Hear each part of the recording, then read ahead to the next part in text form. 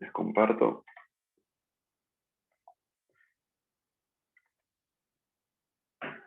Bueno,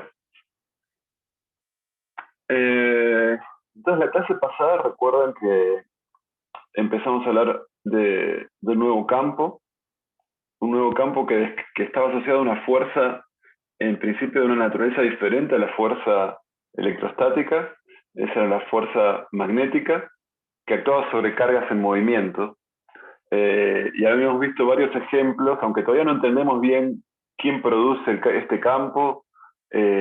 Sabemos que está ahí, por el momento aceptamos que está ahí, eh, y, y encontramos una expresión para la fuerza que sufre una carga de prueba en presencia de ese campo. Y la fuerza magnética que actúa sobre una carga de prueba era esta que está acá. Dado el campo magnético generado por algunas fuentes que están en algún lugar, que por ahora nos vamos a ocupar, sobre una partícula que se mueve con velocidad v, esta es la fuerza magnética. ¿Saben? Y tenía la particularidad de que en su descripción, eh, algebraicamente se trataba de un vector, la fuerza, que surgía del producto vectorial de dos vectores, el vector velocidad asociado a la partícula de prueba, y producto vectorial, el vector campo magnético. Y eso hacía que eh, utilicemos mucho la regla de la mano derecha para entender cuál era la dirección de la fuerza resultante. Bueno, y vimos varios ejemplos de la clase pasada. Ahora lo que quería comentarles era, bueno, imagínense que ustedes tienen un campo magnético, que en este caso lo estoy dibujando con la convención esta de una X, quiere decir que está entrando, en esta región hay un campo magnético que está entrando a la pantalla, y supónganse que tengo un cable, acá vertical. Este es un cable por el que circula una corriente, ¿no? Entonces, tengo una corriente I, y en este caso estoy hablando de una densidad de corriente J. ¿Se acuerdan que era I por unidad de área? Eso tenía que ver con la densidad de corriente J, pero en definitiva sabemos que cuando hablamos tanto de corriente como de densidad de corriente, estamos hablando de cargas que se mueven por este conductor, ¿no? Y se mueven a una velocidad de deriva que asumimos constante, pues es una situación estacionaria que estamos analizando. Entonces, una corriente para nosotros es una densidad de carga, una J, constituida por portadores de carga. En este caso estoy pensando que son cargas positivas que se están desplazando por dentro de este material, ¿no? Y claro, en definitiva son cargas. Y como son cargas con una velocidad en presencia de un campo magnético externo, cada una de las cargas que constituye la corriente va a estar afectada por esta fuerza magnética de esta manera. ¿Sabes? Entonces, acá estoy individualizando una carga positiva que se está moviendo hacia arriba con velocidad v, velocidad de deriva, ¿no? Y si hago regla de la mano derecha, tengo que, para ver la fuerza que actúa sobre esta partícula cargada, tengo que hacer el producto vectorial entre el vectorcito velocidad, que es vertical, y el vectorcito campo magnético que se mete en la pantalla. Y entonces, con los dedos de la mano derecha, primero pincho el vector velocidad y voy a buscar el vector campo eléctrico, y cuando lo hacen ustedes, fíjense que lo que obtienen es que esta partícula positiva que se mueve hacia arriba en presencia del campo magnético siente una fuerza hacia la izquierda. ¿Está bien? Y eso va a suceder con todas las cargas positivas que se están moviendo hacia arriba, que constituyen la densidad de corriente J. ¿Está bien? Entonces, todas esas partículas que se están desplazando hacia arriba sienten una fuerza que las mueve hacia la izquierda. Y claro, al acelerarse hacia la izquierda, se van a producir más choques con la red cristalina desde la derecha hacia la izquierda que a la vez que en el sentido inverso. Entonces va a haber una cesión de cantidad de movimiento a la red cristalina, o sea, al cable en sí mismo, al cable material, y por lo tanto, la fuerza que sienten estos portadores de carga, en definitiva, después de esas colisiones, va a ser transmitida a la malla atómica del material, o sea, al cable mismo. Entonces, es el cable el que siente, en definitiva, la fuerza esta que lo lleva hacia la izquierda, ¿se entiende? Entonces, en definitiva, el efecto de tener una corriente moviéndose por un cable en presencia de un campo magnético es que el cable en sí mismo va a sentir esta fuerza hacia la izquierda en este caso. ¿Estamos de acuerdo con este concepto? Sí, sí. Bueno, entonces, analicemos entonces un poquito cuál es la magnitud de esa fuerza. Entonces, para eso, de todo este cable, que es un cable largo, digamos, vamos a quedarnos con una porción que acá la estoy dibujando grande, pero en realidad pensemos que es un cilindrito de dimensiones infinitesimales, de altura delta L, y vamos a ver qué pasa con todas las caras que están acá adentro, que hay varias. Acá dibujé una sola, pero hay varias, ¿no? Entonces, todas ellas van a sentir, todas y cada una de ellas va a sentir una fuerza hacia la izquierda de esta magnitud, ¿saben? Entonces, en total, la fuerza total sobre la totalidad de cargas que hay en este volumen va a ser esta que está acá. Fíjense, va a ser la fuerza que siente cada una de las cargas que están acá adentro, multiplicado por cuántos portadores de carga tengo ahí adentro. ¿Saben? Esa va a ser la fuerza total que va a estar en juego dentro de este volumen. Y el número de portadores de carga que tengo dentro de este volumen lo voy a calcular como la densidad de portadores de carga que tengo en chiquitita por el volumen, que es el área por la altura del cilindro. Entonces, esta expresión es la fuerza total sobre este cilindrito, este cachito del cable. ¿Saben? La voy a llamar delta porque es una partecita infinitesimal del cable que estoy usando para describirlo. ¿Saben? Es el número de portadores de carga veces la fuerza que siente cada uno de ellos. Y entonces, vamos a esta expresión que está acá. Fíjense que tengo un producto vectorial acá de dos vectores, uno está multiplicado por un escalar, y acá tengo un escalar afuera de ese producto vectorial, pero es como si esto lo puedo poner acá adelante, ¿sabes? Simplemente hago eso acá. Y el delta L me queda, puedo ponerlo de esta manera, ¿no? Esta expresión es igual que esta acá, pero lo pongo de esta manera para hacer notarles lo siguiente. Eh, Fíjense que acá me aparece, esto es importante, porque va a aparecer varias veces. Acá me aparece el vector velocidad por el delta L. ¿El delta L qué es? Es este desplazamiento sobre el cable, digamos. Esta es la altura, que la puedo pensar como esta magnitud, ¿no? Que me lleva desde acá abajo hasta acá. Ahora, la velocidad de corriente en un cable siempre es paralela, siempre es tangente al cable, siempre es paralela a la dirección esta de desplazamiento desde acá hasta acá, ¿no? La velocidad de deriva siempre la pongo paralela a cómo está el cable.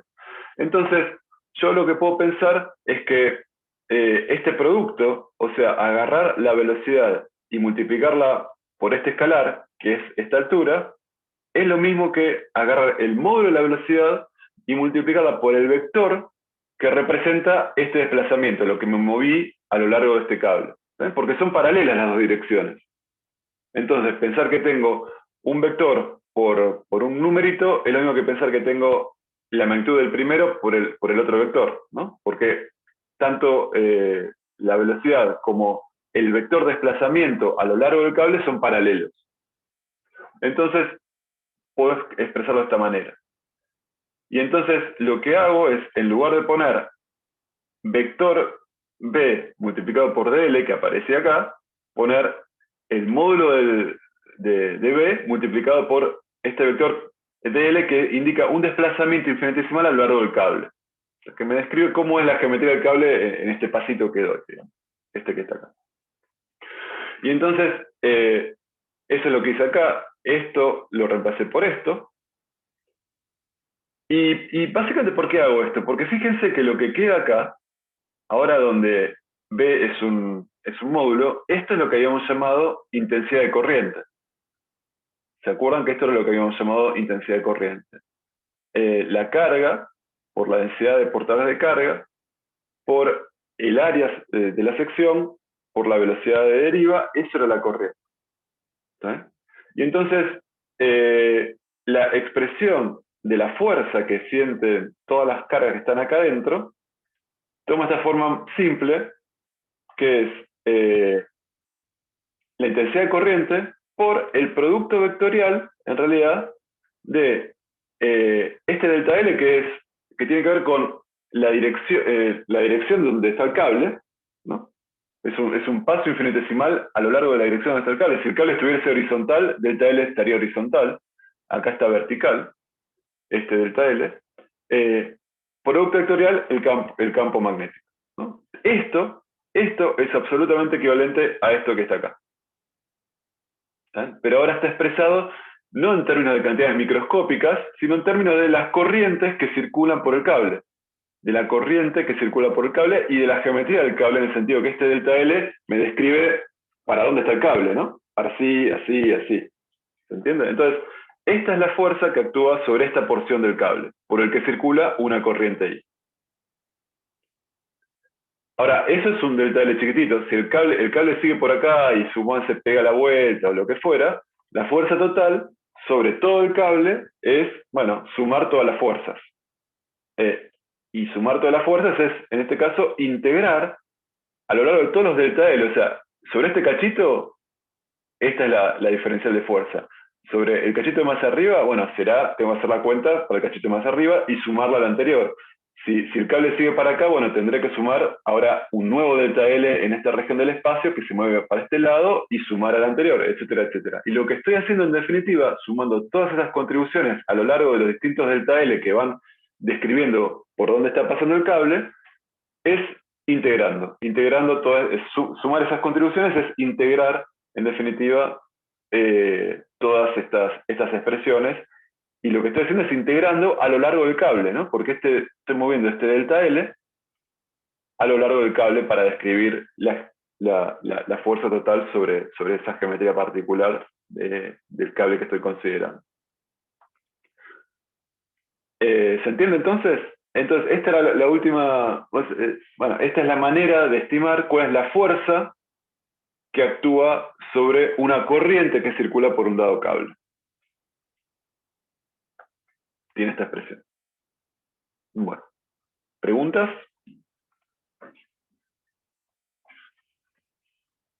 Seguimos entonces. Muy bien. Entonces, habiendo supuesto que existía un campo magnético B, lo que hicimos hasta ahora es ver algunos ejemplos de cómo era la fuerza sobre cargas de prueba que se movían en presencia del campo B, y acabamos de ver qué pasa en el caso de que esas cargas en realidad son cargas que se mueven, que constituyen una corriente que circula por un cable, ¿no? Entonces estuvimos viendo esta parte que está acá.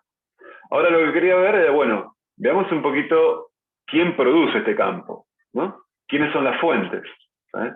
Las fuentes del campo B. Y lo que habíamos visto era que, bueno, las primeras fuentes del campo magnético conocidas fueron estos materiales, estos imanes permanentes, que daban, bueno, que venían en principio de la isla magnesia, y que tenían la propiedad de atraer limaduras de hierro, orientar agujitas, etc. Y también habíamos mencionado que en el laboratorio Oersted, trabajando con corrientes eléctricas, se dio cuenta que las corrientes eléctricas también tienen la propiedad de orientar agujitas de la misma manera que lo hacían los imanes permanentes. Y siguiendo esta línea de investigación, Biot y Savart lo que encontraron fue brindar una expresión cuantitativa, bueno, de cuál es la fuerza, cuál es el torque en realidad, que entra en juego a partir de una corriente que circula sobre una agujita en su cercanía. O sea, cuál era el torque realmente que se producía en función de la corriente que pasaba por el cable. Y entonces, nuevamente, la idea es que lo que yo tengo en este caso son cargas en movimiento que generan este campo magnético. ¿Ves? Entonces, la evidencia experimental después de muchos, justamente muchos experimentos, permitió dar una forma cuantitativa a esa fuerza, ¿está bien?, que aparecía sobre las agujitas para reorientarlas, y en definitiva al campo magnético del que estamos hablando, el campo magnético B. Y lo que llegamos, todo eso se puede condensar en la expresión del campo magnético B en función de las cargas que lo producen. La expresión matemática del campo magnético B es esta que está acá. Parece muy complicada, pero ahora vamos a descubrirlo un poquito.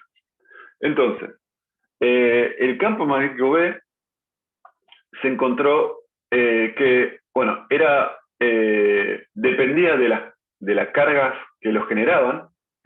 Era generado por corriente, o sea, por cargas en movimiento. Entonces, el campo magnético generado por una carga en movimiento que se mueve con velocidad v dependía de la carga, dependía de la velocidad de la carga que lo genera, ¿está bien? Y también, bueno, dependía del punto del espacio donde estoy mirando el campo en referencia a dónde está la carga en ese momento. R' es dónde está la carga en ese momento. ¿Está? Y el campo magnético B, fíjense que nuevamente aparece un producto vectorial en el cálculo del campo magnético B. Y lo que vemos es que el campo magnético B surge como producto vectorial entre la dirección de desplazamiento de la carga fuente y el vector que separa la cara fuente del punto donde estoy mirando. ¿Sabes? Es este producto vectorial. Y también decae con la distancia desde la carga fuente a donde estoy mirando cuadráticamente, ¿no? Porque acá aparece el módulo al cubo, pero acá aparece un módulo, así que en magnitud todo esto va como r menos r' al cuadrado acá abajo, decae como es. Entonces, el campo resulta perpendicular al plano que, en tanto es un producto vectorial, el campo resulta perpendicular tanto a B como a este vector. ¿Sí? Y por lo tanto está en el plano resulta perpendicular al plano que contiene a este vector como a este vector. Veamos un poquito acá, este dibujito, ¿no? Acá tenemos una carga fuente que en su entorno va a generar un campo magnético. ¿Sí? Esta es la carga fuente de movimiento que va a generar el campo magnético. Y lo que tiene este dibujo es explícitamente cuál es el campo magnético que produce esta carga de movimiento en 8 puntos del espacio. Acá, acá, acá, en estos otros 3 puntos, aquí y aquí. ¿No? Entonces vamos a ver cuánto vale en cada caso. Entonces, fíjense, tengo una carga de movimiento. Esta carga se está moviendo en esta dirección. ¿Sí? Entonces, vamos a ver este punto que está acá. En este punto que está acá, según esta expresión, voy a tener un campo magnético B producido por esta carga de movimiento que va a tener las siguientes propiedades. Bueno, va a surgir del producto vectorial entre este vector y este otro vector. Este otro vector, ¿qué es? Es R' menos R, que es el punto R que estoy considerando cuando me interesa este punto del espacio, ¿no? Entonces, regla de la mano derecha, producto vectorial entre B y R menos R', es producto vectorial entre este vector y el vector este que está acá. Regla de la mano derecha, no sé si ustedes lo hacen, y se pueden convencer de que va a dar lugar a un vector que tiene esta dirección. ¿Sí? Entonces, el vector campo magnético generado por esta partícula de movimiento en este punto tiene esta dirección. ¿Sí? Va a depender de una constante también, que ahora vamos a hablar un poquito de esto, y va a depender de la distancia, del módulo de la distancia, va a decaer como ese módulo al cuadrado. Bueno, lo vamos a pintar de este color. ¿Sí? Le vamos a dar este largo. ¿Sí? Veamos ahora este otro punto, en el punto P. Esta expresión me dice que el campo generado por esta carga que se mueve con esta dirección en este punto, regla de mano derecha, es el producto vectorial entre el vector velocidad y ahora R menos R' es este vector que está acá. Es este vector que está acá. Entonces, agarro con los dedos la mano derecha, pincho el vectorcito verde y después voy a buscar el vectorcito azul y me da nuevamente una dirección que es perpendicular a este plano que está acá metido y ese que está acá. Entonces va a tener esta dirección, y fíjense que va a ser un poco de menor intensidad que este, por ejemplo, porque este vector tiene un módulo mayor que este vector, y la intensidad decae con el módulo cuadrado. Por eso este vectorcito es de menor intensidad. Veamos qué pasa en este punto. Este punto, fíjense que R menos R' es paralelo a B. Así que en este punto el campo magnético es cero, porque esta cosa es cero para este punto del espacio. ¿Me van siguiendo más o menos? Bueno, entonces... Una consulta. sí, dale, dale. A mí me cuesta ver porque, digamos, antes es como que estaban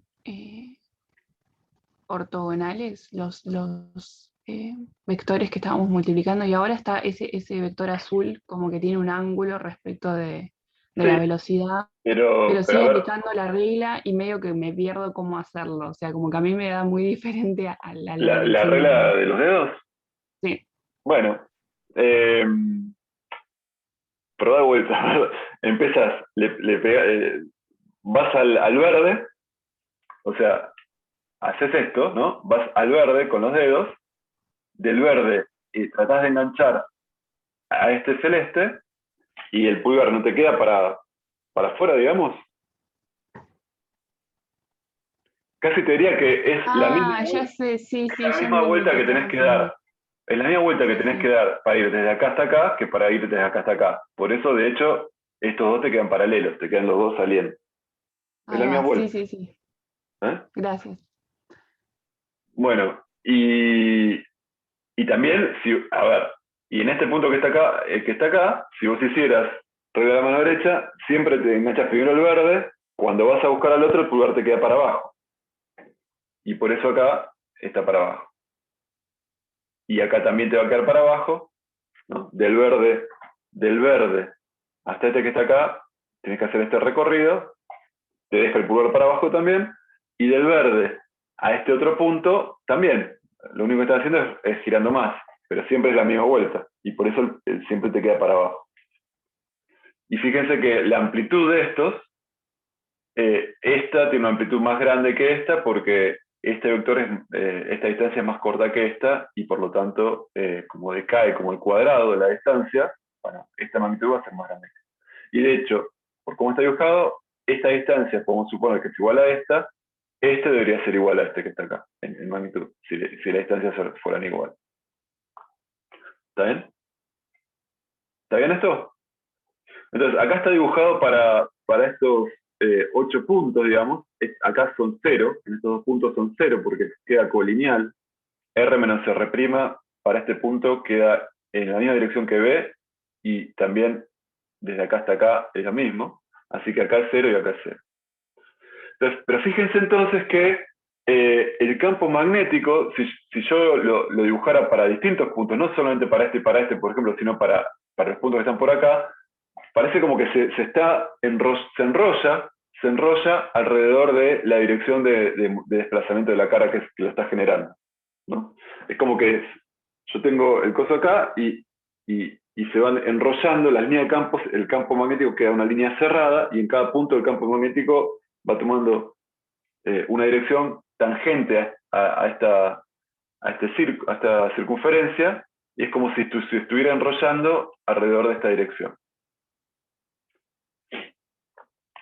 Bueno, la constante que aparece aquí adelante, mu0, se llama permitividad magnética, tiene estas unidades: la unidad de campo magnético por metro sobre amper, Tesla metro sobre amper, y es 4pi por 10 a la menos 7 Tesla metro sobre amper.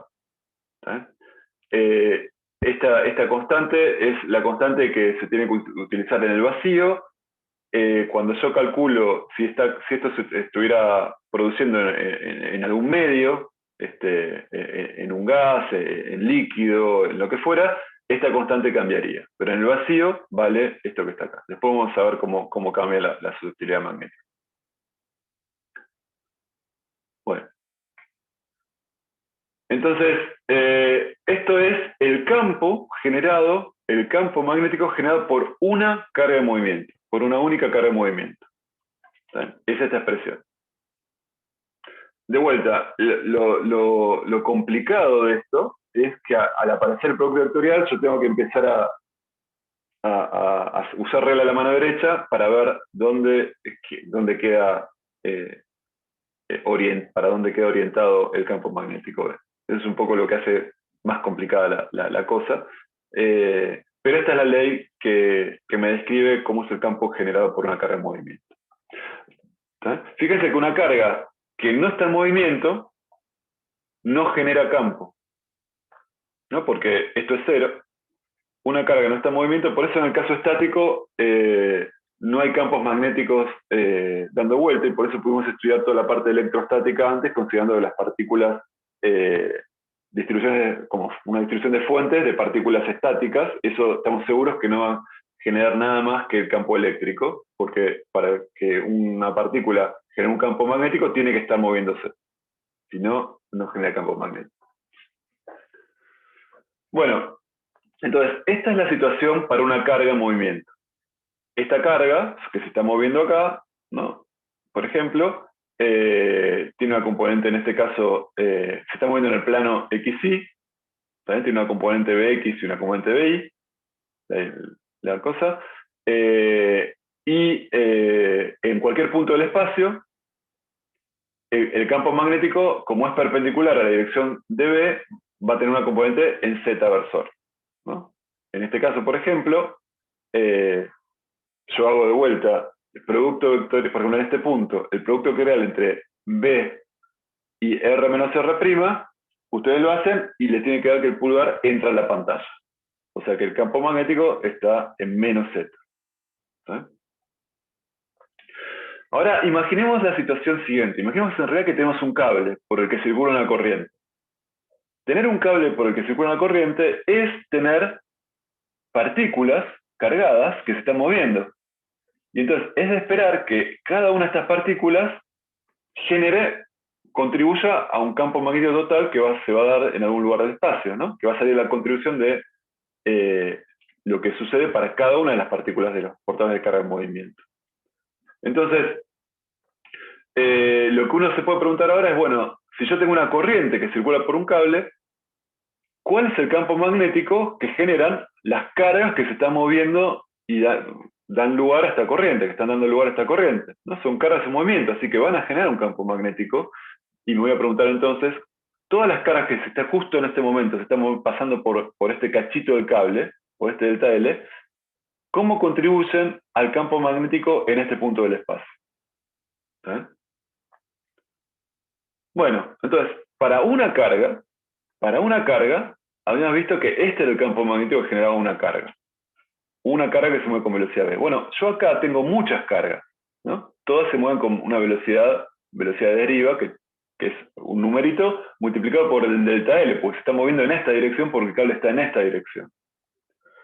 Entonces, dentro del segmento delta L, tengo una cantidad de cargas que es Q por el número de portadores de carga, Q por la densidad de portadores, por el área del volumen, por el área del cilindrito ¿no?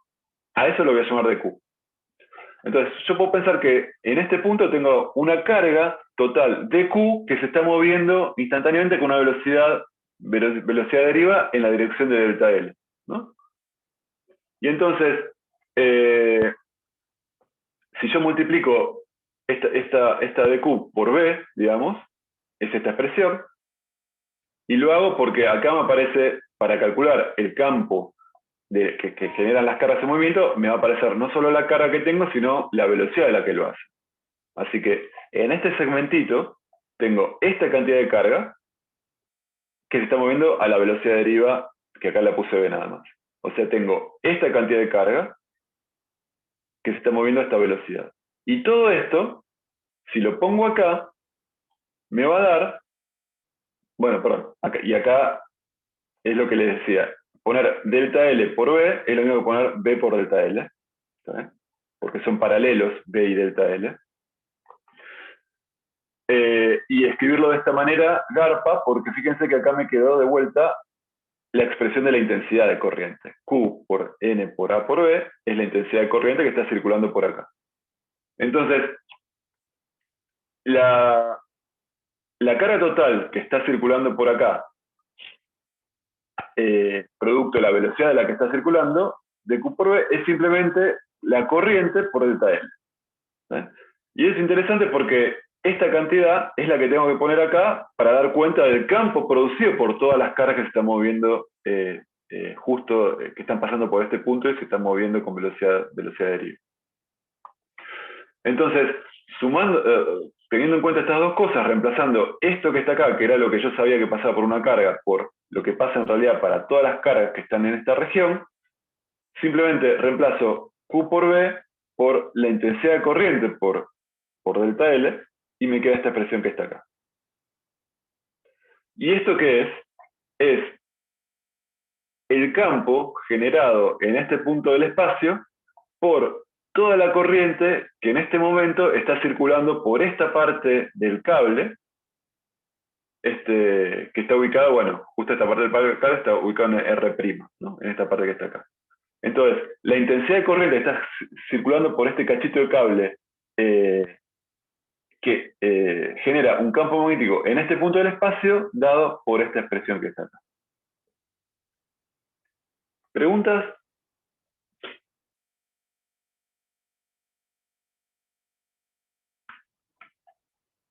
En ese caso, los vectores de posición, ¿qué hacen referencia? ¿Como el centro de ese segmento del Sí, cable? exacto, porque vamos a considerar que este delta L es muy chiquitito, y entonces es prácticamente un punto, y entonces voy a tener un delta L ubicado en este punto R'. Después, si quiero ver la contribución de este cachito del cable, se lo voy a tener que sumar, pero va a estar en un R' que va a estar por acá, y después en otro por acá y por acá, ¿no? Pero son cilindritos muy chiquititos, que me permiten describir bien, como pixelar bien el cable para poder describir las sumas de las distintas contribuciones. Y cada una de ellas, en particular esta que está dibujando acá, contribuye de esta manera al campo magnético en un punto. Y entonces la ecuación de Biot-Savart lo que hacen es, bueno, está bien, pero yo tengo todo este cable entero, ¿está bien? ¿Cómo sé cuál es la contribución total? O sea, bueno, tengo que sumar cuál es la contribución a este mismo punto R de los distintos delta L que me van describiendo cómo es el cable, la geometría del cable. Y entonces tengo que sumar todas estas contribuciones, ¿saben? De estos delta L infinitesimales. Bueno, pero sumar esos infinitos delta L a lo largo de la geometría del cable es integrar, es esto, es sumar sobre el cable los distintos delta L de esta contribución. Son todas las contribuciones de todos los cachitos del cable a el campo en este punto. Y esta es justamente una ecuación, una integral, pero lo que estoy haciendo es sumando las contribuciones de todos los cachitos del cable al campo magnético en un punto del espacio. Esto me dice, bueno, cuál es el campo total generado por el cable en un punto del espacio, y esta es una ecuación que se llama ecuación de Biot-Savart. ¿Se entiende? Y entonces, acá queda claro que el origen, explícitamente estamos diciendo que el origen, las fuentes del campo magnético son cargas en movimiento, y en este caso en particular son corrientes que circulan por los cables, ¿no? Cuando tengo una corriente, es de esperar que yo tenga un campo magnético no nulo en principio en algún punto del espacio. ¿Está bien? Bueno. Entonces, y entonces una vez que la gente viene trabajando con corrientes desde hace bastante en los laboratorios, y entonces la manera de generar campos magnéticos es, digamos, trabajar con corrientes. En los laboratorios, cuando yo tengo una corriente circulando por un cable, va a aparecer una corriente, perdón, va a aparecer un campo magnético, y lo que me dice la ecuación de Biot-Savart es cómo es la relación entre ambas cantidades, ¿sabes? Corrientes y campos. Las corrientes como fuentes de los campos. Entonces vamos a hacer un ejemplito, ¿sabes? Y entonces vamos a pensar que tengo una espira por acá va para otro lado, ¿no? Qué sé yo, tengo un cable que va para otro lado, pero me voy a concentrar en campos cerquita de la espira. Y entonces, esta es una espira de corriente, ¿no? Es un cachito de cable de forma circular por el que circula una corriente. Y me voy a preguntar, bueno, esta espirita, ¿cuál es el campo que genera? No me lo voy a preguntar en todo el espacio, porque la ecuación matemática va a ser más complicada. Me voy a preguntar sobre el eje este que está acá, ¿sí? Para que me va a permitir calcular de manera fácil. Entonces, el ejercicio que les planteo hacer es calcular el campo magnético generado por esta espira de corriente a lo largo de este eje, del eje X. ¿Sí? Y para eso voy a hacer lo de siempre, voy a pensar que este cable, esta espira, en realidad está compuesto por muchísimos delta L's, y voy a considerar, por ejemplo, en este punto, cuál es la contribución de la corriente que circula por este delta L. ¿Eh? Entonces, habíamos visto, lo que acabamos de ver, es que un dado delta L por el que circula corriente genera un campo magnético en un punto R que tiene esta expresión. Entonces, en particular, lo que va a ser importante va a ser, fíjense, este producto vectorial entre el delta L y, bueno, y el vector R menos R', suponete. Si a mí me interesa en este punto P, R menos R', estamos de acuerdo que es este vector que está acá, R menos R'. ¿Sí? Entonces, el campo que genera este cachito de la espira en este punto P va a tener que ver con delta L, este delta L, producto vectorial R menos R'. Dedo, regla de mano derecha, agarro con los dedos trato de enganchar el delta L y después trato de enganchar el R menos R'. Si lo hacen, fíjense si no les queda este vector que está acá, en esta dirección. Delta L, R menos R', díganme si no les queda esto que está acá. ¿Lo pueden ver que queda eso? Sí, sí. Bueno, entonces, la contribución de esta cachito de intensidad de corriente en este punto genera un campo magnético que tiene esta dirección. Asumamos que tiene este módulo también, ¿no? Este módulo. Bueno, perfecto. Bueno, entonces, lo que yo les decía es que fíjense que acá tengo delta L, producto vectorial R menos R', módulo de R menos R' al cubo, pero esta parte que está acá, este vector, yo lo puedo pensar como el módulo de este vector por el versor que tiene esa dirección, y entonces fíjense que si yo hago eso, acá me queda ese versor que es simplemente esta dirección con módulo unidad, y acá me queda R menos R' al cuadrado. Esta es otra manera de expresar esto que está acá. Bueno, ahora, este cachito es la contribución o sea, este vector es la contribución de este cachito. Pero yo tengo muchos cachitos. En particular tengo el antihéroe, tengo este cachito que está acá abajo, que es esta flechita que está acá, este es un delta L opuesto a este que está acá. Y si hacemos la misma cuenta para la contribución en este punto de la corriente que pasa por acá, tenemos este delta L, acá no dibujé R menos R', pero les pido por favor que hagan la regla de mano derecha para el delta L rojo con el R menos R', que sería una cosa que está acá, sería enganchar el rojo, ir a buscar a R menos R', y les pido que me digan si no les queda esto que está acá, este vector que está acá abajo. El rojito es la contribución de este delta L rojo al campo en este punto. ¿Lo pueden ver eso? ¿Sí? Si quieren. Sí, justo en el caso te queda la mano medio chueca, pero sí. Ese es uno de los problemas. Ese es uno de los problemas. Y obviamente no cambien de mano, siempre con la mano derecha, porque si no, les da distinto. Bueno, vamos. Este sería R menos R' rojo.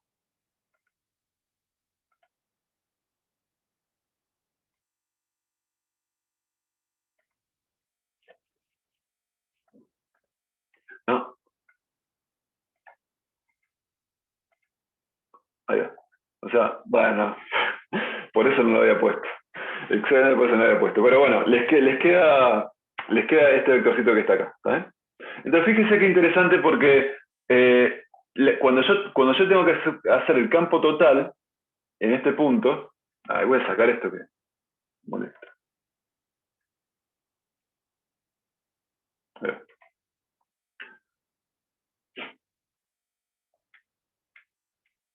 Ahí está.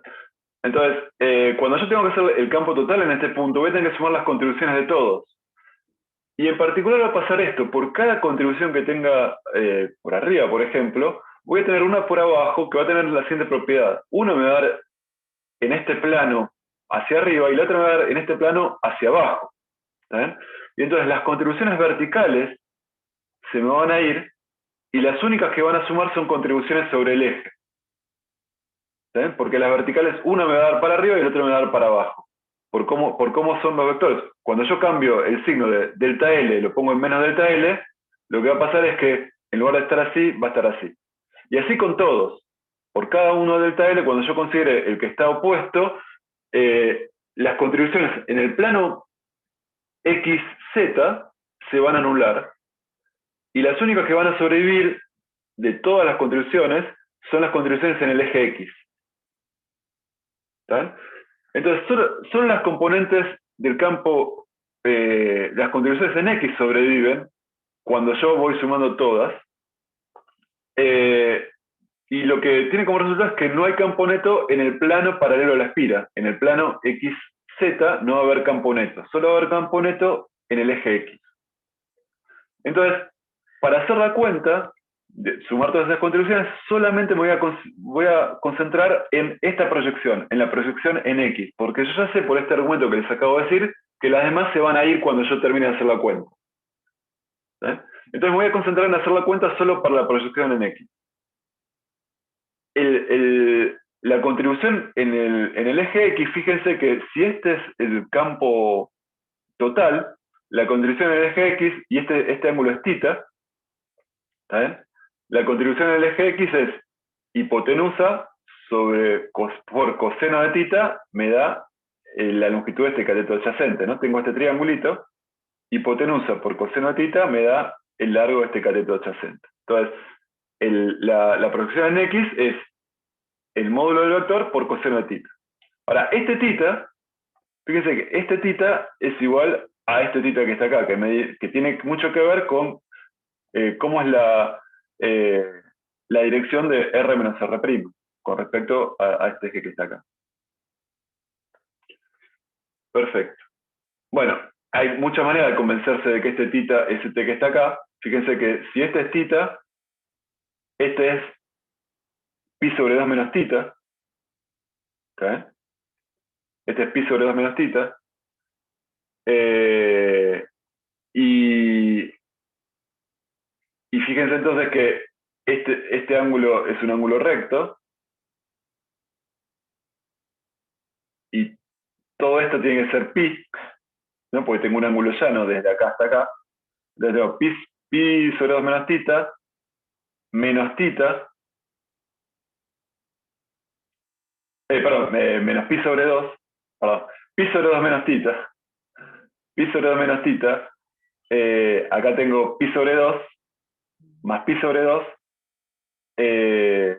eso es pi menos θ, así que este ángulo tiene que ser θ para que todo en total sea pi.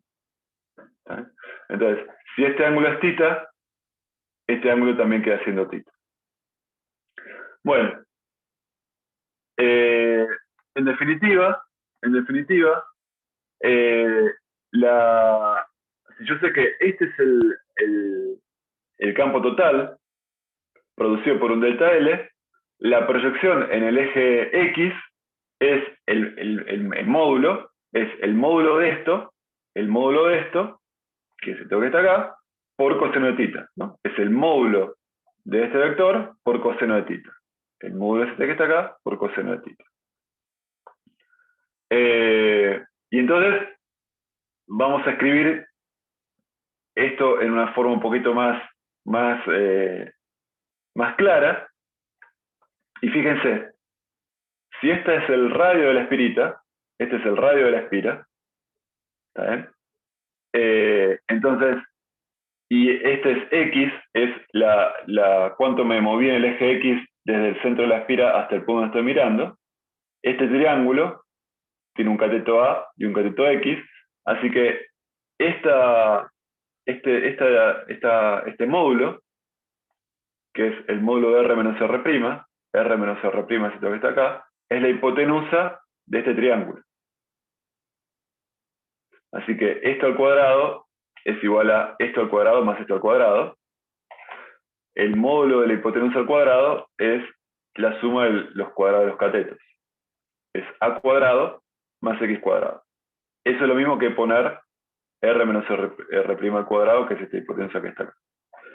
Entonces, el campo en X inducido por este delta L, este cachito que está acá, es esta expresión que está acá. Y para terminar de hacerlo, la última maldad matemática que les quiero hacer es escribir este coseno de tita relacionado con A y con X. ¿Saben? Porque coseno de tita, ¿está bien? Este que está acá, coseno de tita, que es igual a este que está acá, fíjense que como esta cantidad por coseno de tita es A, ¿está bien? Entonces, coseno de tita es A sobre este módulo. Entonces, en lugar de coseno de tita, pongo A dividido el módulo de este vector, ¿está bien? Que es A cuadrado, X cuadrado, más X cuadrado, todo eso raíz cuadrada. Entonces, esto es coseno de tita. ¿Está bien? Entonces lo reemplacé acá. Y todo esto para finalmente llegar a esta expresión. El campo a lo largo del eje X es mu 0 sobre 4pi, A por I por delta L, que es esto que está acá arriba, y acá abajo me queda A cuadrado más X cuadrado a la 3 medios, ¿no? Porque acá me queda a la 2 medios, a la 1 medio, así que me queda a la 3 medios. Entonces, ¿esto qué es? De vuelta, la expresión cuantitativa de cuánto vale este cachito de contribución. Que es lo que yo quería, porque cuando yo ahora quiero ver el campo total, lo que tengo que hacer es sumar las contribuciones al eje X de todos los delta L en este punto que está acá. Entonces, fíjense que esta función que aparece acá, ¿está bien? Esto que aparece acá,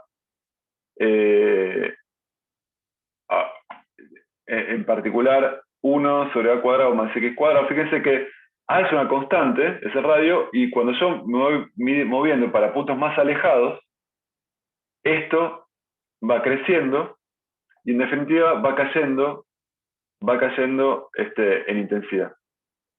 Va cayendo en intensidad. La intensidad va cayendo de esta manera a medida que yo me voy alejando del punto O, en este eje. Decrece de esta manera. Bueno, entonces, esta es la contribución de un delta L, de este delta L que está acá. Si yo quiero el campo total a lo largo de este eje, es la contribución de todos los delta L, ¿no? Todos los delta L que están acá. Entonces lo que tengo que hacer es sumar sobre todos los delta L, pero eso es integrar sobre la espirita, sobre el cable, todos los delta L. Todos los que están acá. Entonces lo que tengo que hacer es sumar todo eso, que es hacer esta integral. ¿Está bien? Esta que está acá. Sumar esta contribución. Ahora, ¿qué pasa? Yo lo que estoy haciendo es sumando todas las contribuciones a un punto X dado, ¿no? Entonces, este X es constante, porque yo estoy integrando, moviéndome, sumando todos los delta L, para ver en este punto. Entonces, todo esto es constante, sale afuera de la integral, y simplemente, en definitiva, como es una constante, lo que estoy haciendo es sumando los distintos delta L a lo largo de esta vueltita. que estoy haciendo acá. Pero entonces, sumar todos los delta L es sumar todos los desplazamientos infinitesimales a lo largo de esto que está acá. Cuando yo termino de sumarlos a todos, ¿qué recupero? Recupero el perímetro de esta esferita, ¿no? Porque estoy sumando simplemente los delta L. Cuando termino de dar la vuelta, eso es 2pi por radio, 2pi por A. El radio era A. Entonces, esta integral es simplemente 2pi por A. Así que, finalmente, el campo en la dirección X de toda la espira es esta expresión que está acá. Mu 0 i sobre 2. Fíjense que el pi se va con esto, el 2 se va con un 2 de acá y me queda un 2. Y acá me queda a cuadrado. A cuadrado más x cuadrado 3 medios. A la 3 medios. Este es el campo total en X producido por la espirita sobre el eje. Sobre el eje. Decae, porque a medida que X se va haciendo más grande, todo esto es más chico. Decae de esta manera. Decae de esa manera. Y fíjense que en el origen, cuando X, en el centro, cuando X es 0, el campo que produce la espira es mu 0 i sobre 2. ¿No? Cuando X es 0, me queda a cuadrado. Perdón. No sobre 2. Me queda mu 0 i sobre 2a. ¿Sabes? I sobre 2a. El campo aquí, en este punto que está acá. Bueno, muy bien.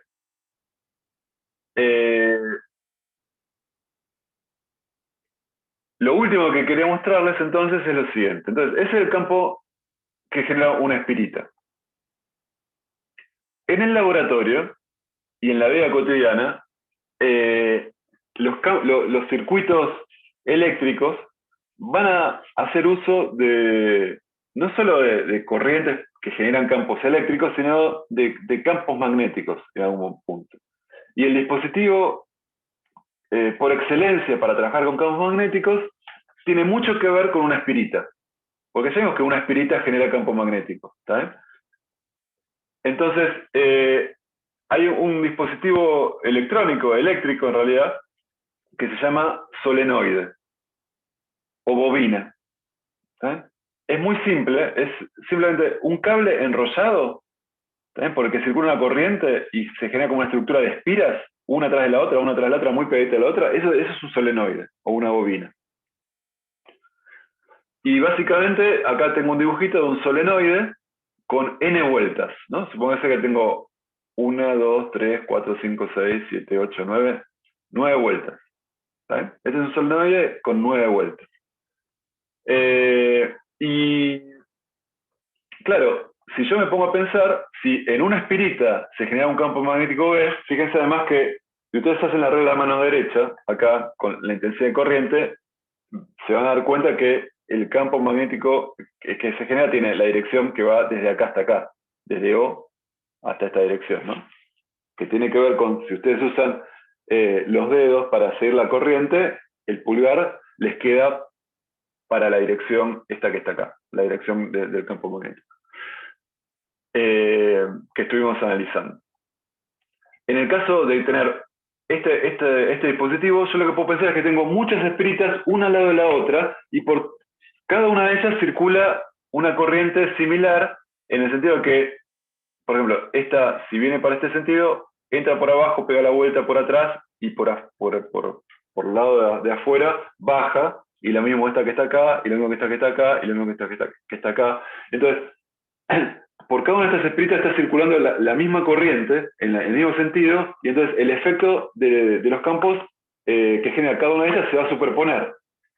¿Sabes? Entonces lo que me voy a preguntar ahora es, bueno, ¿cuánto vale el campo total adentro de este solenoide, adentro de esta bobina? ¿Sabes?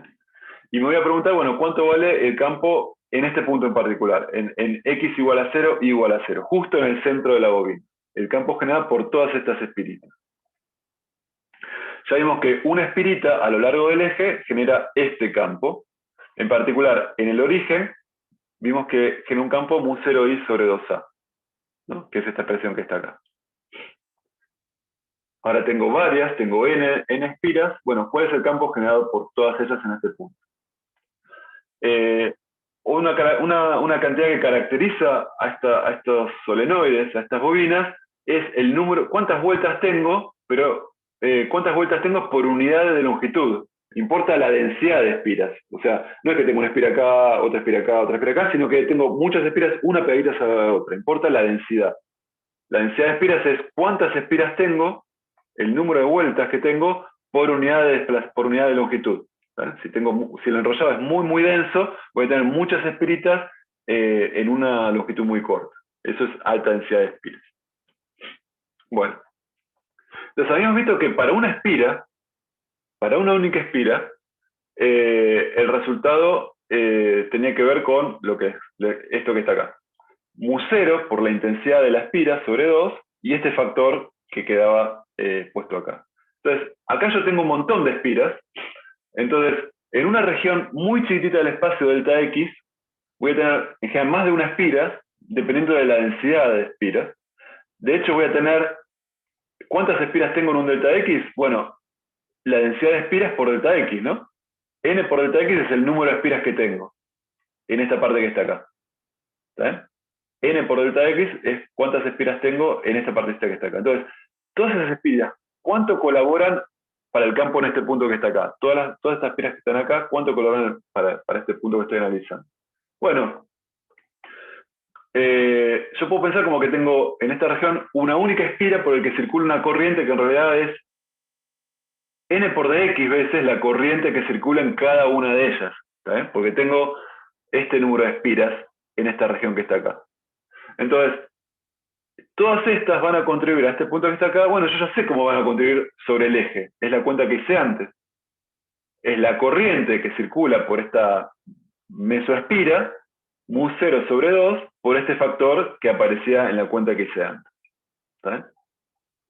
Entonces, les recuerdo, este numerito aparece porque por cada espira circula una intensidad de corriente I, pero en un cachito de delta X hay N por dx espiras. Por eso aparece I por N de X. ¿Está bien? Ahora, eso es lo que contribuye todas las espiras que tengo acá a este punto que está acá. Pero para ver la contribución de todo el conjuntito de espiras que conforman el solenoide, bueno, tengo que ir recorriendo desde menos L sobre 2 hasta L sobre 2 esta contribución, que es la contribución de cada grupito al campo acá adentro. ¿Está? Al campo acá adentro. Entonces tengo que integrar desde menos L sobre 2 a L sobre 2 la contribución de cada conjuntito de espiras, que es esta que está acá. Bueno, esta integral es fácil de hacer, digamos, está tabulada en realidad, y la integral queda esta que está acá. Bueno, mu0 I por N sobre 2 sale, y aparece esta expresión que está acá, ¿no? La primitiva es x sobre a cuadrado más x cuadrado a lo medio, evaluado en L sobre 2 y menos L sobre 2.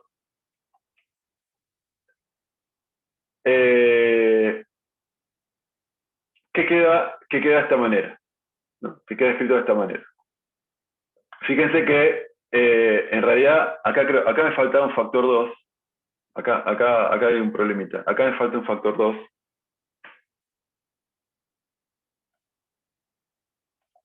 A ver si puedo corregirlo.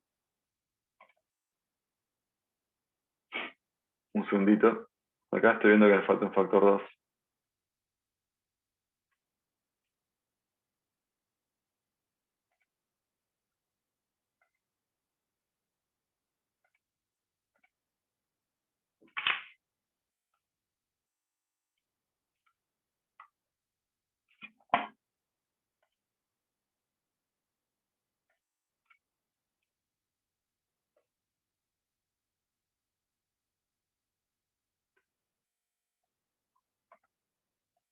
Ahí va. Bueno. Esta es la expresión correcta. Mu0 viene sobre 2. ¿Está bien? Y la primitiva de esto que está acá es x sobre a cuadrado más x cuadrado a los medios.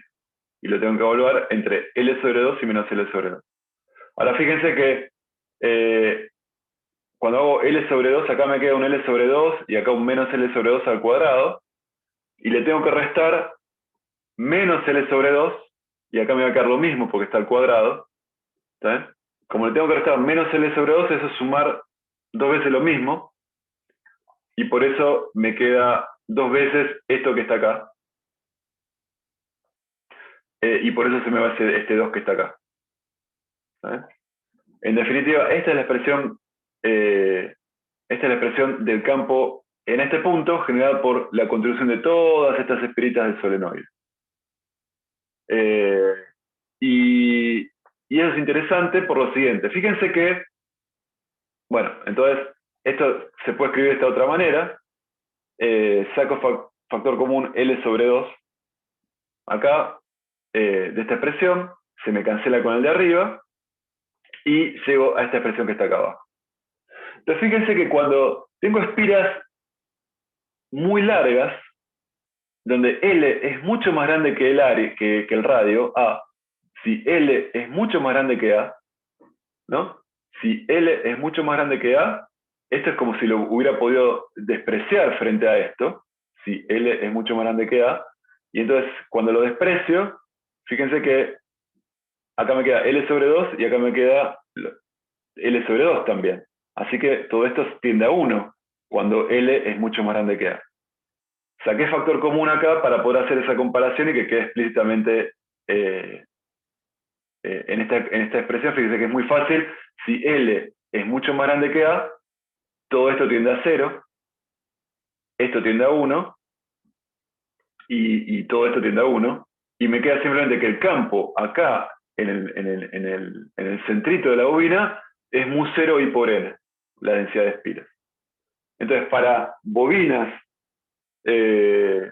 donde el radio del enrollado es mucho más chico que el largo, la escala horizontal es mucho más grande que el radio, el campo dentro de la bobina prácticamente lo puedo pensar como mu0, todo esto se va a 1, todo esto se va a 1, y el campo adentro es mu0 I por la densidad de espiras. ¿Está? Mu0 I por la densidad de espiras. Entonces, el campo interno es proporcional a la intensidad de corriente que circula. Cuanto más corriente, más grande va a ser el campo. Y cuanto más espiras tengo, cuanto más espiras por unidad de longitud tengo, en realidad, también más grande va a ser el campo. Entonces, en los circuitos se usan estos solenoides donde tengo muchas vueltas con alta densidad para generar campos intensos acá adentro y para trabajar como vamos a ver que se trabaja para aprovechar los campos magnéticos que se generan, ¿no? Las propiedades de los campos magnéticos que se generan. Entonces, lo que quiero que les quede de este penoso tramo matemático de todo esto es que dentro de una bobina, que es simplemente un enrollado de un cable para generar espiras, esas corrientes que circulan por acá generan campos que pueden ser muy altos, campos magnéticos que pueden ser muy altos, proporciones a la intensidad de corriente y también a la densidad del enrollado del solenoide. Entonces, vamos a hacer un merecido descanso, ¿está bien? Nos encontramos en 15, ¿está bien? Y 20. Dale, buenísimo. Dale, gracias. Dale, dale. Gracias. Dale.